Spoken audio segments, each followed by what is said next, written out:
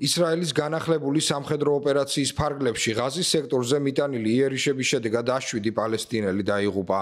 ანკლავის ჩრდილოეთით ქალაქ ღაზაში თავდასხმების შედეგად ძლიერი დაკვამლიანება შეინიშნებოდა. პალესტინის ჯანდაცვის ოფიციალური პირების განცხადებით, ისრაელელთა სამიზნე ალავდა საავადმყოფო იყო, რომელიც ჩრდილოეთში მოქმედი ორი სამედიცინო დაწესებულებიდან ერთ-ერთია. საავადმყოფოს პერსონალის თქმით, თავდასხმის შედეგად გაჩნდა ხანძარი, რომელმაც დააზიანა შენობები, ინფრასტრუქტურა და წყლის ავზები.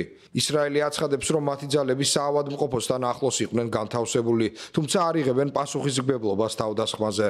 როგორც ისრაელი ამბობს, დაწყებულია გამოძიება ხანძრის გაჩენის მიზეზის დასადგენად.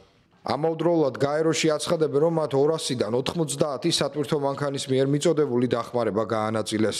გაეროს ინფორმაციით, დანარჩენი სატვირთოები ჯერ არ მისულან განაწილების ცენტრებამდე. პროცესს კი ისრაელის უსაფრთხოების ახალი ზომები აჭიანურებს. გენერალური მდივნის სპიკერი დუჟარიკი აცხადებს, რომ ღაზაში შესული დახმარება არ არის საკმარისი იმისათვის, რომ დააკმაყოფილოს მოსახლეობის საჭიროებები. ისრაელის სამხედრო სააგენტო კოგატი, რომელიც პასუხისმგებელია დახმარების ოპერაციების ზედამხედველობაზე, ამბობს, რომ მათივე კვლევების თანახმად საკვების დეფიციტი არ არსებობს.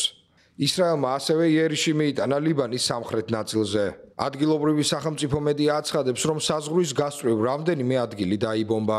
ლიბანის პრემიერ-მინისტრმა ნავაფ სალამმა დაგმო თავდასხმები და საერთაშორისო საზოგადოებას მოუწოდა გაზარდოს ზეწოლა ისრაელზე, რათა პატივისცეს შეთანხმებას, რომელიც ცეცხლის შეწყვეტას ითვალისწინებს.